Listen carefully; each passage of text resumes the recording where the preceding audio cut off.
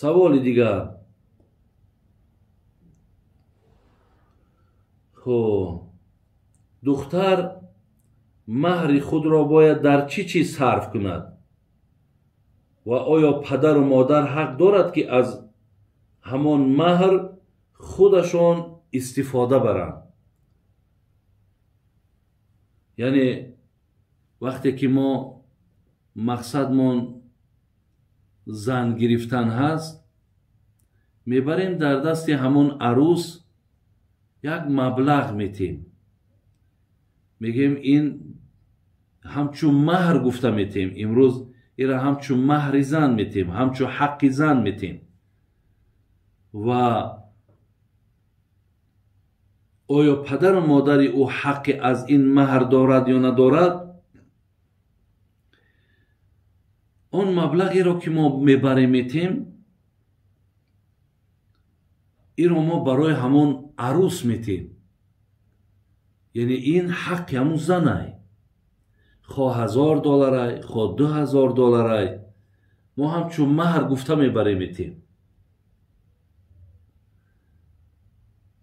вақте ки вай маҳр бошад, падару модару ҳеҷ кас дар ин мол молӣ кишида наметавонад. соҳиби ин пул ҳамун арӯсай, ҳамун духтаре ки шавҳар мекунад. барои ҳамин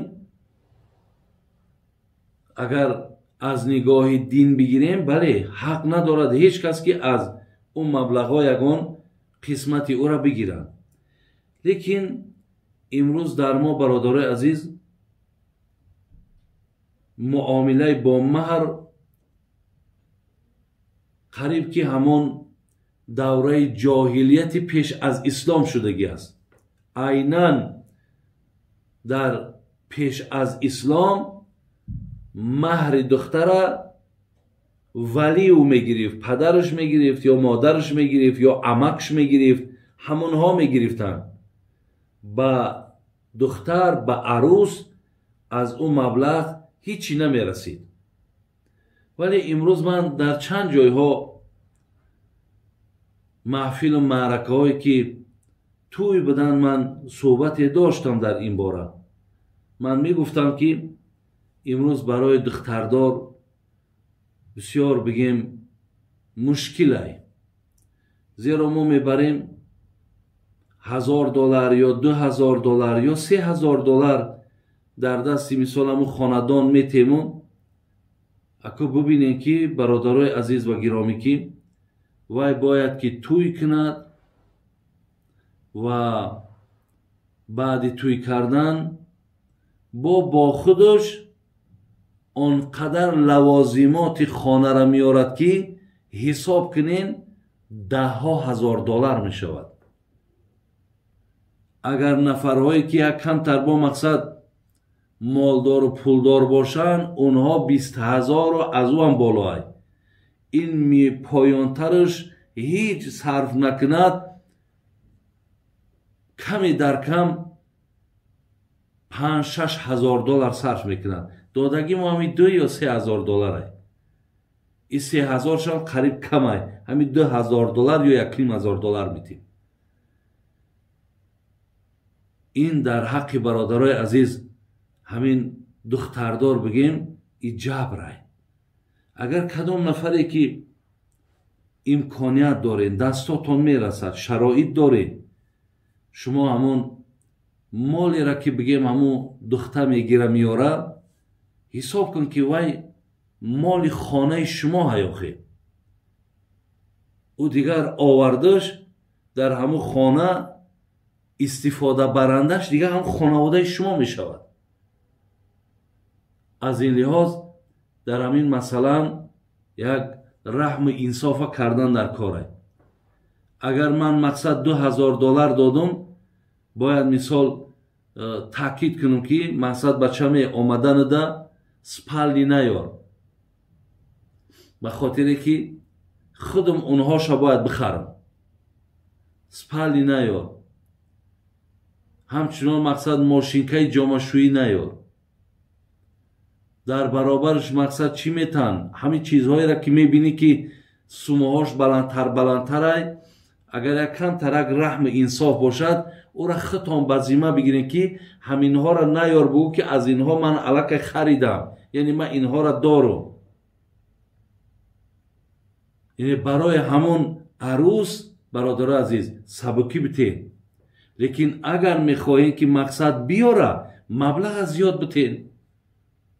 маблаға зиёд битен, то ки дар ҳаққи ҳамун хонаводаву дар ҳаққи ҳамун мақсад келинтон акун мушкилоту сахтӣ нашав. охи муъмин бародари муъмин гуфтанд. пайғамбар мегӯяд ман ла ярҳам ла юрҳам. касе раҳм намекунад ба ӯ раҳм карда намешавад. раҳма аз гӯшаи эмон гуфтанд. анамира бародарои азизу бисёр аҳамият битен. ҳамин чиз бисёр некай, бисёр хубай. хоб саволи дигар. бобоҷон, як гуноҳ чӣ қадар аст ва як савоб чӣ қадар аст? ҳақиқатан як гуноҳ чӣ қадар аст ва як савоб чӣ қадар аст? яъне мо оятҳои қуръон дорем ки худованд рӯзи қиёмат гуноҳҳои моро ва савобҳои моро дар тарозуи аъмол вазн мекунад. яъне ҳар гуноҳе ки мо кардем ё ҳар савоби мо кардем, ӯро худованд ба ҷисм табдил метад.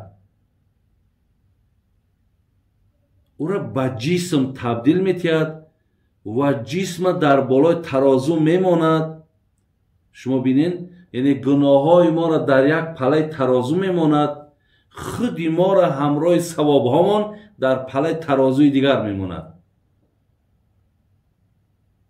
агар дар ин ҷа ҳар кадомиш ки агар вазнин омад, яъне агар савоб вазбин омад, хуш ба ҳолаш ки иншоаллоҳ вай аллакай бигем ҳуҷҷати дохил шудани ҷанната мегирад.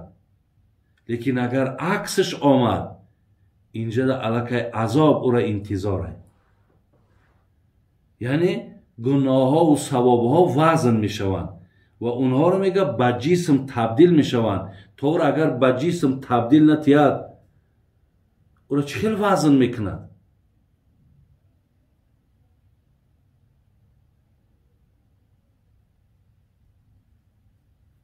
лекин вазнҳои ӯро аллоҳи меҳрубон худаш медонад. худои меҳрубон вазни ӯро худаш медонад. саволи дигар. устод, ҳоҷатхонаҳое ки дар даруни ҳамомҳо ҳастанд, дар вақти таҳорат бисмиллоҳ гӯем гунаҳгор мешавем? агар ҳамин ҳоҷатхонаҳое бошад ки бо об бошанд, яъне мебинӣ дар унҷа ба ғайри ҳамон ҳоҷатхона ҳичӣ нест. мақсад сар вақте ки гап дар сари манъ кардани гуфтани калимаи бисмиллоҳ меравад, ки онамо ҳоҷатхонаҳое ки дар деҳот мову шумо, дар маҳаллаҳомон мову шумо ки канализатсия набуд, ҳоҷатхона буд ки мақсад дар як ҷо меистод, ана гап дар сари ӯ ҳоҷатхона меравад. ин ҳоҷатхонаҳое ки имрӯзанд, иёра ҳоҷатхона ҳам гуфта намешавад, зеро ки дар дохили инҳо ҳеҷ чизе нест. ҳамун як унитазай бубинем бо дарунҷ доим пури обай. барои ҳамин дар дохили инҳо вақте ки мо агар ба шарти таҳоратам ки кардем, хай агар эҳтиёт кунем ки барои номаш ҳоҷатхонае нагем, майлаш. лекин агар гуфтам, яъне ягон зиёне дар ин нест. ягон зиёне дар ин нест. бародар азиз,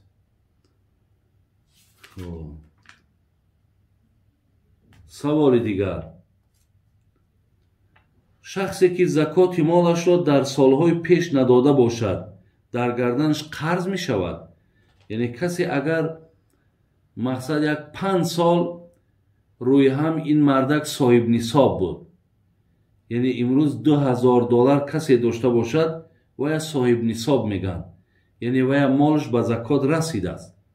агарчи хона надора, агарчи зан надора, бинед, агарчи мошин надора, лекин $2000 дар пушташ дора. ҳамин одама соҳиб нисоб меган. ҳамин одам бояд 2.5% ҳамира ҳар соле бояд закот битад, яъне $50 шад. ҳамин хел 5 сол аст ки ҳамин одам надодааст. ҳамин 5 сола дар гарданаш фарз боқӣ мемонад.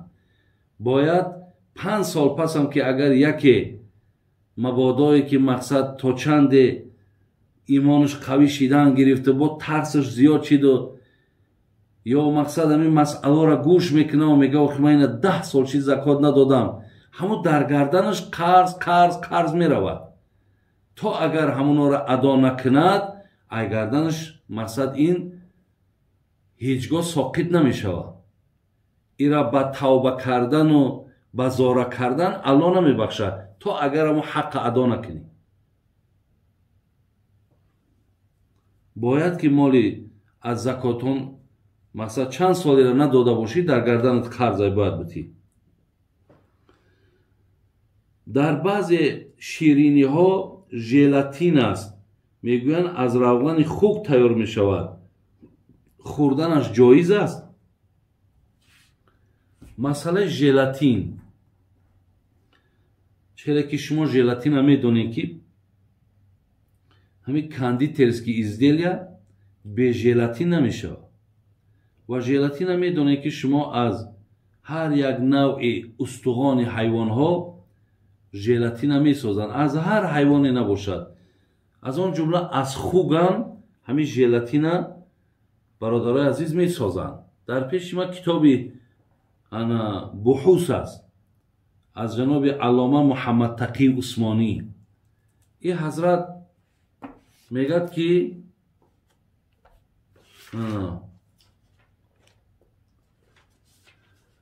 хуб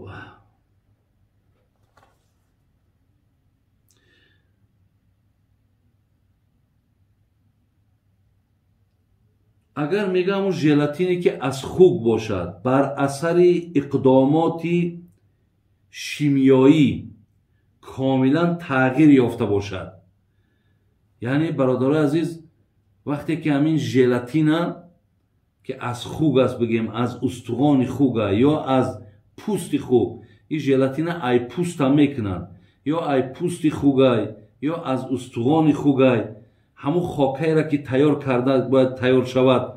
ин ба ғайри ҳамун бигем устухони хук ё пӯсти хук, бо чандин чизи дигарам дар дохили желатин яъне ҳамроҳ мекунанд. ин танҳо худаш нест. мега вақте ки агар ҳамира дар ҳамун иқдомоти шимиёӣ, яъне вақте ки ҳамун коркард мешавад дар ҳамун завод, вақте ки ӯро мақсад месӯзонану мепазану хунук мекунану гарм мекунану, яъне тамоман вай мақсад чизи дигар мешавад. бинед, шайъи дигар мешавад. чӣ мега баъд? мегӯяд ки ана таъҷир ёфта ҳурмат ва наҷосати он бартараф мегардад. ин ҳолатда мега дигар яъне ҳамун наҷосат буданашу ҳаром буданаш мега бартараф мешавад. зеро ки ин дигар айнан бигем ҳамун айни ҳамун устухону пӯст нест дигар. ин тамоман вақте кор кард ки шуд, ира вақте гуфти ҳамун рӯзҳо переработка ки мекунанд, ин дигар чизи дигар мешавад мегӯяд. барои ҳамин мегӯяд яъне наҷосат буданашу ҳаром буданаш ай байн меравад. вале дар сурати адами тағйири ҳақиқат ва моҳият, палидӣ ва ҳурмат ба ҳоли худ боқӣ хоҳад монд. лекин агар ба шарти ҳамун гуфти пешина ки переработка нашавад, коркард нашавад, айнан ҳамун устуғон ё пӯсташ агар ба шарте ки майда када шававу дар дохили ҳамин пухтупази мо шумо истифода барад, мега ин ҳолати ҳаром ай вай. ҳамун ҳаромию наҷосатиш мегӯяд боқӣ мемонад. назди аҳноф дигаргунӣ дар моҳияти ашё дар заволи наҷосат ва ҳурматашон муассир аст. назди ҳазрати имом абу ҳанифа, ин муҳаммад тақӣ усмонӣ дар китоби буҳусаш میگد که نزد حضرت امام ابو حنیفه میگد وقتی هر چیزی که حرام باشه با او کار کرد شود و او تغییر یابد و او شیء دیگر چیزی دیگر که شود وای دیگر نجاستی و حرامیش ای بین میرود. ولی در همین کتاب مختصرم ما یک عبارت داریم میگه کحماری سار میلحن، یا مثال میارد که میگه اصلا همین نمک خودش میگه یک قابلیتی هر چیزی را که در بالاش میمانی میخره نابودش میکنه. یعنی ما در کوهی نمک اگر برده میگه یک خره برای در بالای همون کوهی نمک مانید، یعنی یک خری مرده را بعدا میریم یگان ماه پسای دو ماه پسای که همون نمک همون خر خورده نابود کردگیه. میگه از همون جا اگر شما نمک بگیرین و بیاین استفاده برین یعنی برای شما حلاله، زیرا که یعنی بینید او با دیگر چیز مبدل، او با نمک مبدل شده، خر نمک شدگیه. برای همین یعنی اگر چه خری مرده بود یک ماه پیش یا 2 ماه پیش وقتی با نمک که اگر تبدیل کیافت ما نمک هم میخوریم میگه زیرا دیگر چیز شید. از همین لحاظ این مسئله را انا خوب اهمیت بتین. این عزیزای خدا برای ما و شما بسیار عادی کده و ساده کده فهموندن. مسئله دیگر، سوال دیگر آمده است که حضرت عمر را یگان فارسی زبان به قتل رسانید یا عرب؟ برادرای عزیز و گرامی، انا حضرت عمر رضی الله عنه که یکی از دویم نفری که کرسی خلافت زینت داده بود و بسیار زمان زیبایی را برای جمیع مسلمان های روی عالم داده بود، الله از ایشان راضی باشد. این به دست ابو لؤلؤ که این بدبخت، این ابو لؤلؤ این کنیتش بود، لقبش بود که ابو لؤلؤ مجوسی میگن، آتش پرست. این نام اصلیش فیروز بود. این از شهر نهاوند ایران بود. ببینید یعنی بگیم از فارسی زبان ها بود و در شهر کاشان ایران برای این ابو لؤلؤ برادرای عزیز یک گنبز راست کردن. چرا که امروز ما این بزرگای داریم مثل حضرت امیر سعید علی حمدانی که گنبزا کردگی بالا شد، در نسبتش مردم میرود احترام میکنن، دعا میکنن خدا رحمتش کنه. گفته در شهر کاشان ایران برای همین ابو لؤلؤ بدبخت ایرا در اونجا گنبد یعنی یک جای زیارتگاه آماده کردن و همین نفرهایی که دشمن حضرت عمر هستند و خودشان شیعه میگن، اهل تشیع میگن، اینها هر سال در همون وقتی کشته شدنی که حضرت عمر کشته شد اینها رفته در همونجا هر سال رنگ عید دارن. ایرا نامش بابا شجاع میگن. بابا شجاع یعنی این بابای ما اونقدر شجاعت داشت که مقصد عمر به قتل رسانید. خدای مهربان یک ذات بزرگی هست که اینقدر فضیلتی که به عمر داده است و صد افسوس که یک طایفه گمراهی، یک طایفه ابله ملعون، نفری که عمر را به قتل رسانیده است میروند زیارت میکنن و او را نامش بابا شجاع میمانند. بابای ما بسیار شجاع بود. لعنت خدا بر ای بابا که کاری را که این انجام دادگی است این هزارها سال در آتش جهنم میسوزد. زیرا که رسول اکرم صلی الله علیه و سلم گفته بود که لو کان بعد نبی لکان عمر ابن الخطاب، اگر به شرطی که پیامبری بر من تمام نمیشد عمر هر آینه پیامبر میشد. حضرت عمر بسیار یک خلافت زیبایی را برادرای عزیز گذراندگی هست. حضرت علی رضی الله عنه وقتی که حضرت عمر از دنیا گذشت میدونین چی گفت؟ گفت اگر خدای مهربان تمام خدمت‌هایی را که من کردم، علی میگه، حضرت علی، تمام خدمت‌هایی را که من کردم اگر به یک ساعت خدمت حضرت عمر خدای مهربان اگر گوید عوض کن، من راضی هستم که تمام خدمت‌هام با یک ساعت خدمت حضرت عمر عوض کنم. این سخن حضرت علی رضی الله عنه است. برای همین برادر عزیز و گرامی، قاتل حضرت عمر البته این از نهاوند ایران بود با کنیت ابو لؤلؤ که مجوسی بود، آتش پرست بود و همچنان نامشون فیروز بودن.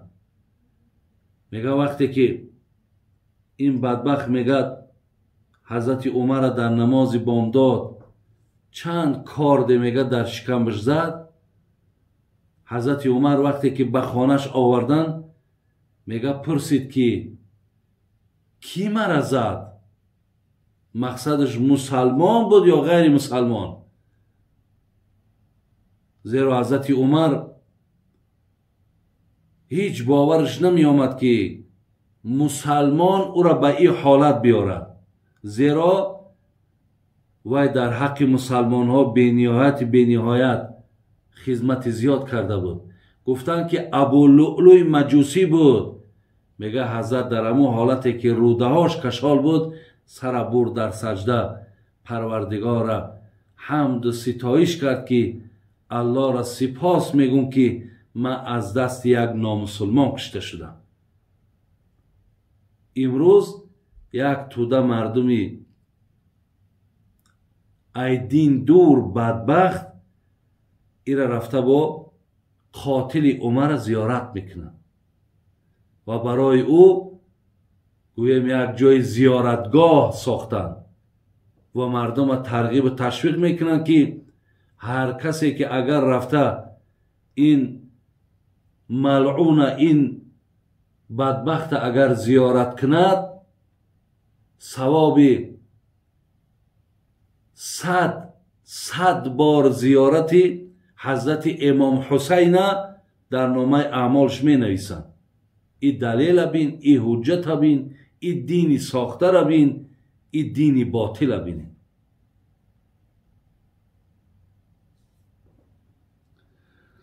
سوال دیگر برادران عزیز، بابا جان یک معلممان گفت که ما هم سنگ را سجده میکنیم، یعنی خانه خدا را، این چی معنی دارد؟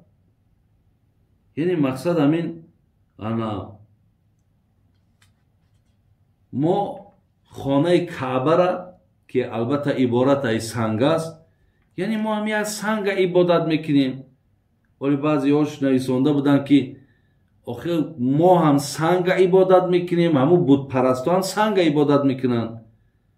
مقصد فرق در این چی است برادرای عزیز؟ اولا ما الله را عبادت میکنیم ما الله را عبادت میکنیم، نه کعبه را. فقط خدای همون مهربان که کعبه را قبله مسلمان ها قرار داده است، ما به این خاطر به طرف او نماز میخونیم. ما کعبه را سجده نمیکنیم، ما الله را سجده میکنیم. فقط کعبه را خدای مهربان در قرآن که ما را فولی وجهک شطر المسجد الحرام، که خدا امر کرد که شما رویاتون طرف کعبه گردانید که وای قبله شما هست. ولی اونهایی که بت میپرستند و بت را سجده میکنن، اونها همو بت، همو سنگ، همچو خدا، همچو معبودشان اعتقاد کردگیان. برای همین ما الله را عبادت میکنیم. فقط طرف کعبه گشتن و سجده کردن من، این به خاطر که الله کعبه را قبله مسلمان ها برادر عزیز قرار دادگی. خیلی که ابلیس خدای مهربان گفت که آدم سجده کن، یعنی اینجا دا مقصد سجده کردن آدم نبود، بلکه اطاعت از خدا بود. اینجا سجده کردن برای آدم نبود، بلکه اطاعت از خدا بود. مادام اطاعت نکرد، الله او را از دربارش پیش کرد. و این خاطر این سخنهای بگیم که شاید بعضی شماها که همو نخواندین، نمیدانین، آگاهی که ندارین، در حال شما را بعد به هر یک مسئله های نازک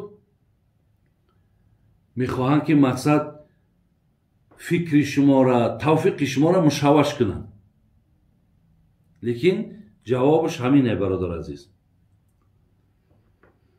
سوال دیگر: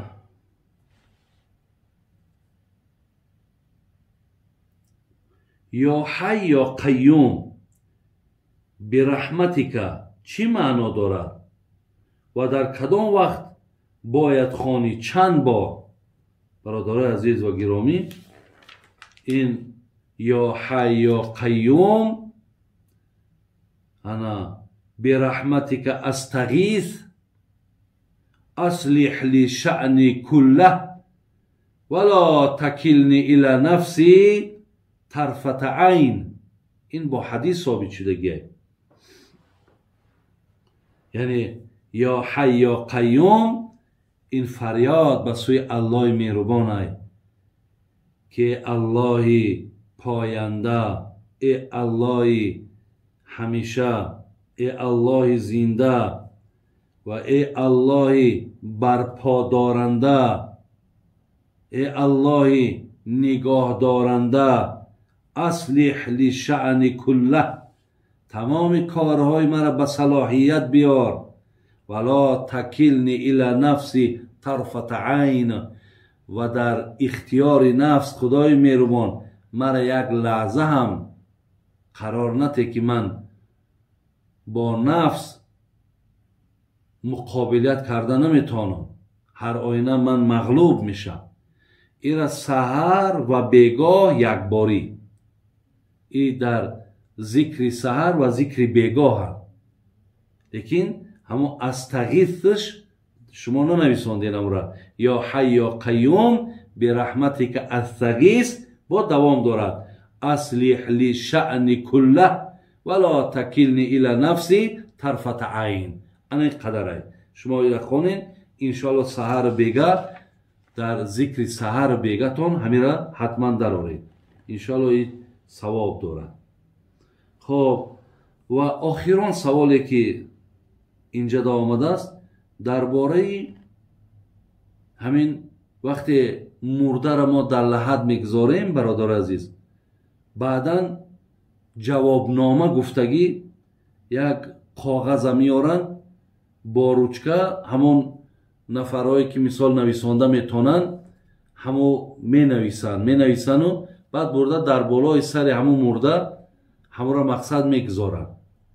باز میگد دویم چیزی را که میگد مقصد میگد همو خاک میارن. هر کدام ما آیتی را میخونیم اعوذ بالله من الشیطان الرجیم منها خلقناکم و فیها نعیدکم و منها نخرجکم تارة اخرى. میگه همیره ما میخونیم و بعدا میبرن هم میره همو خاک هم در یک طرفی بالای سری همین مرده یا در پهلوش جوابنامه قطعی میمانند. آیا همینا اصل شرعی دارن یا نه؟ اکو برادران عزیز و گرامی اصل شرعی ندارن.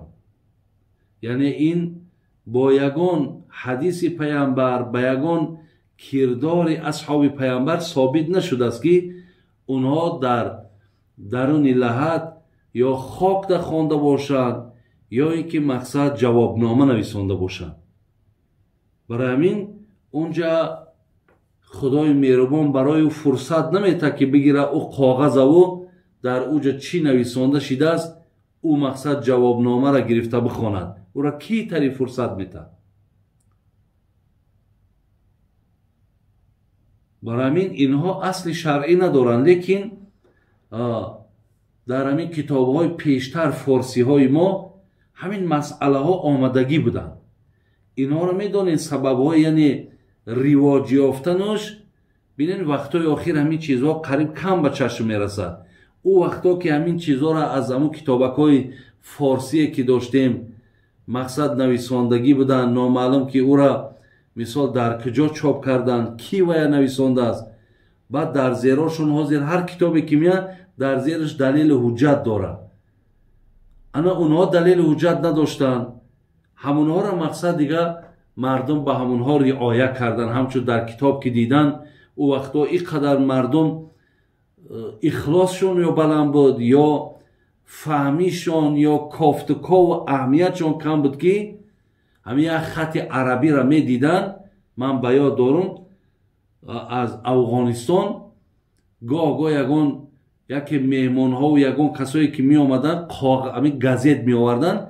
گازت هاشون با همون خطای فارسی و عربی بود. مردم ما وقتی همون را می دیدن اگرچه در اونجا نامعلوم با او حرف و یگان اخبار نویساندگی های یا با او حرف مقصد یگان حجوی را نویسانده است. مردم ما که خط می دید می گرفت تیز در بلندی میمون که این حرف مقصد حرف عربی های این حرف قرآن های گفته.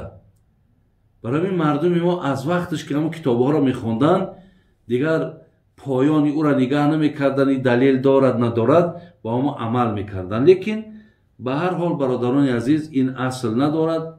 این چیزها را ضرورت ندارد که ما در مرده هامون تا امروز مقصد دوام بتیم.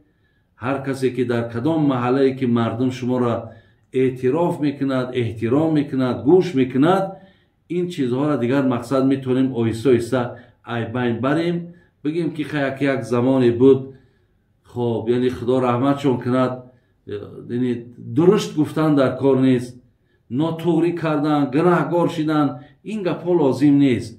اونها هم همو قدر علم و همو فهمیش داشتن با همو کار کردن. برای همین ما هم اونها را ملامت نکنیم برادرای عزیزو بلکه منبعش اصلاح کنیم. خوبش اینه ملامت کردن در کار نیست. همین سخنهای قبیح را که از دهن بعضی ها میبراید میبینید این مشرک های این کافر های این فلان های همین سخنهای قبیح درش در کار نیست برادران عزیز. میلش تا امروز کردن گفتن با سخن خوب ما میتونیم که مقصد در دل مردم جایشیم و میتونیم که با حجت و با دلیل مردم فهمونیم. انشاءالله خدا خواهد مردم گوش میکنن. مردم چیزی را که اگر همین اهل علم اگر همش یک جا باشن همش یک سخن بگن خدا خواهد یگان زیان یگان زلالی نمیشود. یک با خدمتی در دین میشود. خدای مهربان خاتمه مانا بخیر کند ایمانمون با سلامت نگه دارد و الهی مهربان بازم میلمون محبتامون خواهشامون به دین خدا زیاد گرداند و الهی مهربان هر جا که باشین در پناه رحمت و عصمتش نگهبانتان باشد. السلام علیکم و رحمت الله و برکاته.